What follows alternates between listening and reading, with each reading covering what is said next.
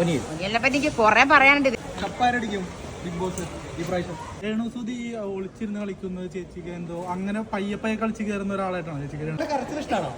അനുമോനും ആദ്യം തന്നെ ഒരു കാര്യം പറയാം. കാരണം ഇപ്പൊ എനിക്ക് തോന്നുന്നു ഞാനൊരു 20 വർഷമായിട്ട് ഇൻഡസ്ട്രിയിലുണ്ട്.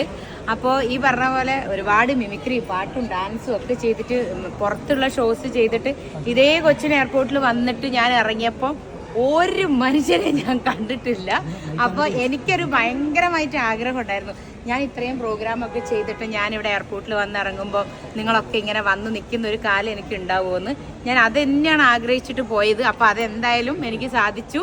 ഞാൻ വന്നപ്പോൾ ഇത്രയും പേര് എന്നെ കാത്തിരുന്നു. അപ്പോൾ എല്ലാവർക്കും വലിയൊരു താങ്ക് യു. കാരണം ഞാൻ പോകുമ്പോൾ ഞാൻ എന്താണോ ആഗ്രഹിച്ചത് അതെനിക്ക് നിങ്ങൾ ഇവിടെ വന്നപ്പം എനിക്ക് ആദ്യം തന്നെ ഭയങ്കര ഹാപ്പി. അപ്പൊ എല്ലാവരോടും താങ്ക് യു. അല്ല, ഞാൻ ഒരാഴ്ച കൊണ്ട് വരുന്നതാണ് ഞാനും എൻ്റെ ഫാമിലിയും ഒക്കെ വിചാരിച്ചത്. പിന്നെ ഞാൻ പറഞ്ഞില്ലേ, ഇത് ഒരുപാട് കാര്യങ്ങൾ ഇങ്ങനെ ഡീറ്റെയിൽ ആയിട്ട് പറയാനുണ്ട്. ഇപ്പൊ നമ്മൾ ഇങ്ങനെ പറയണം, നമുക്ക് പിന്നെ ഡീറ്റെയിൽ ആയിട്ട് പറഞ്ഞാൽ ഫാമിലി ഇത് അവിടെ തന്നെ ഉണ്ടല്ലോ, എല്ലാവരും ഉണ്ട്. അച്ഛനും ഉണ്ട്, അമ്മയുണ്ട്, ആഞ്ജനേയനും ഉണ്ട്, ദിലീപേട്ടനും ഉണ്ട്.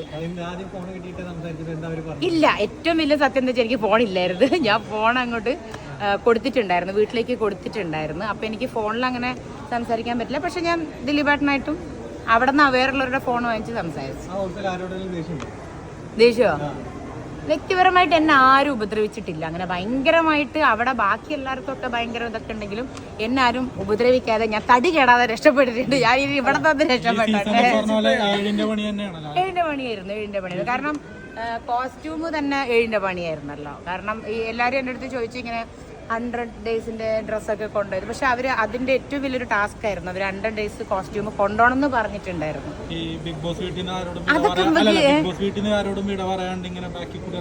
നല്ല കാര്യം എന്നാ എനിക്ക് തോന്നിയത്. കാരണം എന്താ വെച്ചാൽ നമ്മളൊക്കെ ഇത്രയും ദിവസം ഒരു ഫാമിലി ആയിട്ട് കഴിയുമ്പോൾ യാത്ര പറയേണ്ട ഒരു രംഗം വരുമ്പോഴത്തേക്കും എല്ലാരും കരച്ചിലും ബഹളവും ആയിരിക്കും. അപ്പൊ അതിനെക്കാട്ടും നല്ലത് ഭയങ്കരമായിട്ട്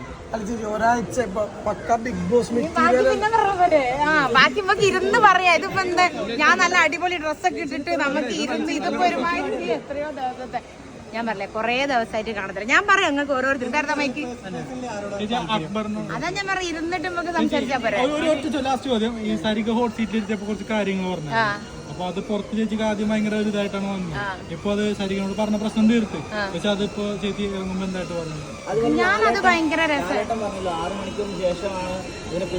കാരണം ഞാനൊരു സാധാരണക്കാരി. എനിക്ക് ഒരു സാധനം വരുമ്പോ അപ്പൊ തന്നെ പ്രതികരിക്കുന്നില്ല. ഞാൻ ആലോചിച്ച് ഇതൊരു നമുക്ക് ഈ ഗെയിമിന് അപ്പുറം അല്ലല്ല അങ്ങനെ ആരും പറയിപ്പിച്ചാൽ ഞാനൊന്ന് ഇരുന്നിട്ട് നല്ല വൃത്തിക്ക് ഇപ്പൊ ഞങ്ങളെ കോലറിയാലോ. ഇത്രയും ദിവസം ഞങ്ങൾ അവിടെ നിന്നിട്ട് ഭയങ്കരമായിട്ട് ഞങ്ങളുടെ ഫേസും ഒക്കെ പോയിട്ടിരിക്കുകയാണ്. അപ്പൊ നമുക്ക് നല്ല അടിപൊളിയായിട്ട് ഞാൻ ഒരുങ്ങിയിട്ടൊക്കെ വന്നിട്ട് ഡീറ്റെയിൽ ആയിട്ട് പറയുന്നല്ലേ നല്ലത്. ഇല്ലില്ല, ഞങ്ങൾ പ്ലാൻ ചെയ്ത. കാരണം എനിക്ക് തന്നെ അറിയായിരുന്നു ഈ ഒരാഴ്ച ഞാൻ പോകുന്നില്ല. അപ്പൊ ഞങ്ങൾ തന്നെ പ്ലാൻ ചെയ്തൊക്കെ ചെയ്തത്. എനിക്ക് അവരൊന്നും ഞാൻ പറഞ്ഞില്ല, അവിടെ ഉള്ള ഒരു അറ്റാച്ച്മെന്റ് ഉള്ളു. അല്ലാതെ അവരെ നമ്മൾ ആ വീട് അവിടെ നിൽക്കുമ്പോൾ നമുക്ക് അവരെ മിസ് ചെയ്യും. അത് കഴിഞ്ഞ് കഴിഞ്ഞാൽ പിന്നെ അവരോടൊന്നും യാതൊരു വിധ മിസ്സിങ് എനിക്ക് പല ഏജിലുള്ള പല കാറ്റഗറിയിലുള്ള ആളുകൾ ഒരുമിച്ചുള്ള ഇതൊക്കെ അവര് ചോദിച്ചു കഴിഞ്ഞാൽ പിന്നെ ഞാൻ നിങ്ങൾക്ക് എങ്ങനെ ഇന്റർവ്യൂ വരും? കുറെ ആൾക്കാർ അവിടെ കാത്തുന്നില്ല.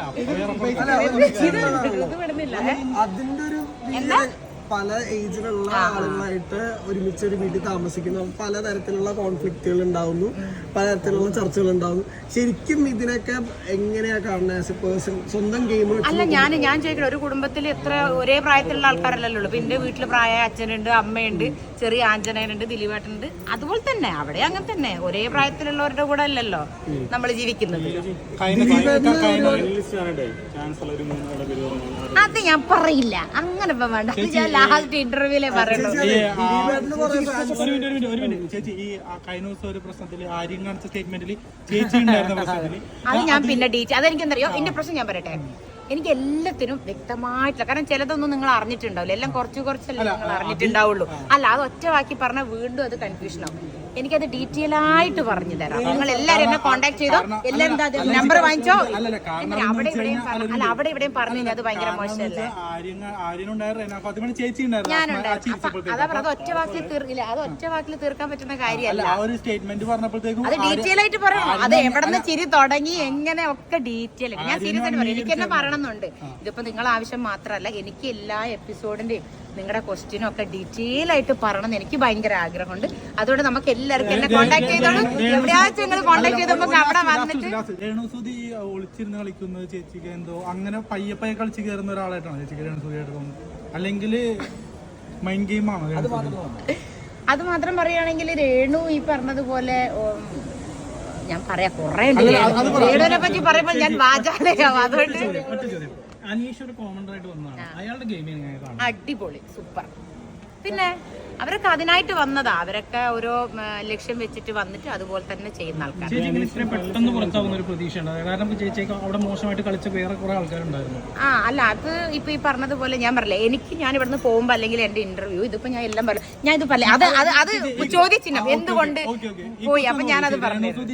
എന്തുകൊണ്ട് ഇങ്ങനെ കളിക്കണം? കാരണം ലാലേട്ടന്മാർ ഇന്നലെ പറഞ്ഞത് രേണുസൂതി മാത്രം വരുന്ന കൂത്തി പോലെ കളിക്കുന്ന CCTV പോലെ കളിക്കുന്നു. ഞാൻ പറയണ നിങ്ങൾ അത് ഡീറ്റെയിൽ ആയിട്ട് ഏഷ്യാനെറ്റിന്റെ താഴെ എഴുതി ചോദിക്കും, 30 എന്താ അങ്ങനെ കളിക്കുന്നത്. എനിക്കറിയണമെങ്കിൽ ഒറ്റ വാക്ക് പോരാ, ഒറ്റ വാക്കിൽ രേണുസുതിക്ക് ഒരുപാട് ഇതുണ്ട്.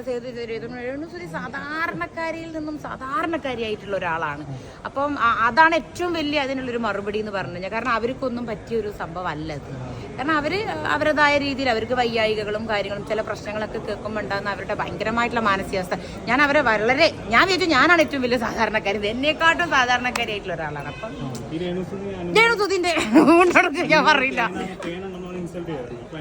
അതൊക്കെ ഞാൻ പറയുന്നത് ഓരോ വാക്ക് പറഞ്ഞ് ഞാനൊരു കാര്യം ചെയ്തിട്ടെ ഇങ്ങനെ ഇതേപോലെ ഗെയിം ചെയ്യുകയാണെങ്കിൽ, അല്ലാണ്ട് അവരെന്റെ അടുത്ത് ചോദിച്ചായിരുന്നു നിങ്ങൾക്ക് ഗെയിം മാറ്റി അങ്ങനെ ചെയ്യാന്നുള്ളത് കട്ട് ചെയ്ത് പറഞ്ഞ അതാണ്. അറിയില്ലല്ലോ ഇത് മറ്റേ ഇത് അതിന്റെ ചോദിച്ചില്ല ഇതിന്റെ ബാക്കി അല്ല. എനിക്ക് അത്യാവശ്യം ഞാൻ പറഞ്ഞില്ല, എനിക്കൊരു ആഗ്രഹം ഉണ്ടായിരുന്നു. ഞാൻ അന്ന് ലാലേട്ടനോട് പറഞ്ഞ ഒരു 10 പേര് കലാഭവൻ സരികൻ അറിയാം, ഒരു 20 പേരും കൂടെ അറിയണം. 20 അല്ല, ഇപ്പൊ 30-40 അറിഞ്ഞു എന്നുള്ളൊരു സന്തോഷത്തിലാണ്. അപ്പൊ ഇനിയും പോയിട്ട് വെറുതെ ചളക്കൊളാവണ്ട.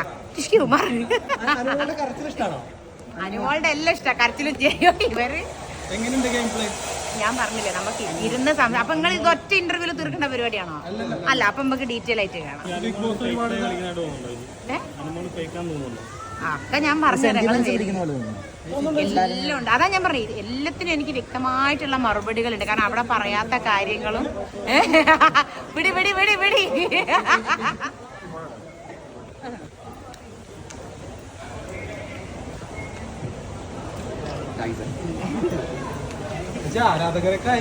അതല്ലേ പറയുന്നത്.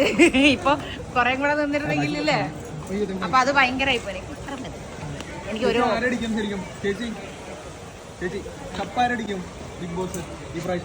ഒന്നും പറയാൻ പറ്റില്ല, കാരണം ഇനിയും വൈൽഡ് കാർഡ് എൻട്രി വരുന്നുണ്ട്. അപ്പൊ നമുക്കൊന്നും പറയാൻ പറ്റില്ല. ഇല്ലെങ്കിൽ ഇത്രയും പേരെ വെച്ചിട്ടൊക്കെ നമുക്ക് വിലയിരുത്താൻ. പിന്നെ അത് മാത്രമല്ല, ഒറ്റയടിക്കാണ് ഗെയിം മാറ്റുന്നത്. 7ന്റെ പണി എന്ന് പറഞ്ഞതിനെ കൊണ്ട് നമുക്കൊന്നും പ്രെഡിക്റ്റ് ചെയ്യാൻ പറ്റില്ല. കഴിഞ്ഞ പ്രാവശ്യമൊക്കെയാണ് അയ്യോ ചോദിക്കല്ലേ, വളരെ ഒനിയൻ അവിടെ ഭയങ്കരമായിട്ട് ചീത്ത വിളിക്കുന്നു. ഒനിയനെ പറ്റി എനിക്ക് കുറെ പറയാനുണ്ട്. ഇത് ഞാൻ ഒറ്റ വാക്കിലല്ല, എനിക്കൊരു 10 വാക്കിൽ പറയാനുണ്ട്. ചെറിയ പെൺകുട്ടീനെ അല്ല, 2 പേരുടെയും തെറ്റുണ്ട്. അപ്പൊ 2 പേരുടെയും ഡീറ്റെയിൽ ആയിട്ട് ഞാൻ പറയാം. നിങ്ങൾ കാണാത്ത പല കാര്യങ്ങളും നമ്മൾ നേരിട്ട് കണ്ടിട്ടുണ്ട്. അപ്പൊ ഞാൻ പറയാം, കാരണം ഇപ്പൊ ഞാൻ ഫ്രീ ആയി. മറ്റേന്ന് പറഞ്ഞാൽ ഭക്ഷണവും ഇല്ല, ഡ്രസ്സും ഇല്ല. അപ്പൊ നമുക്ക് ചില കാര്യങ്ങളൊന്നും പ്രതികരിക്കാനൊന്നും പറ്റില്ല. ഞാൻ ഡീറ്റെയിൽ ആയിട്ട് ഇരുന്ന് എല്ലാരെ പറ്റി ഞാൻ പറയാം. ചെറിയ പെൺകുട്ടിയോട് പറയാനുള്ള വാക്കുകളാണ്.